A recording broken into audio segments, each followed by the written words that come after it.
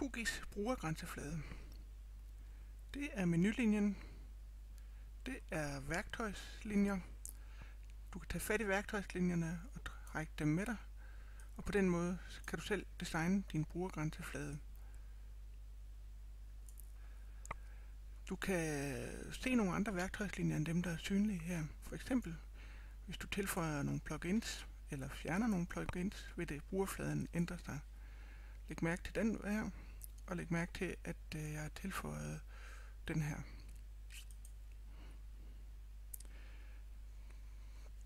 Den ene forsvandt, den anden kom til. Det her, du ser her, kaldes kortvinduet.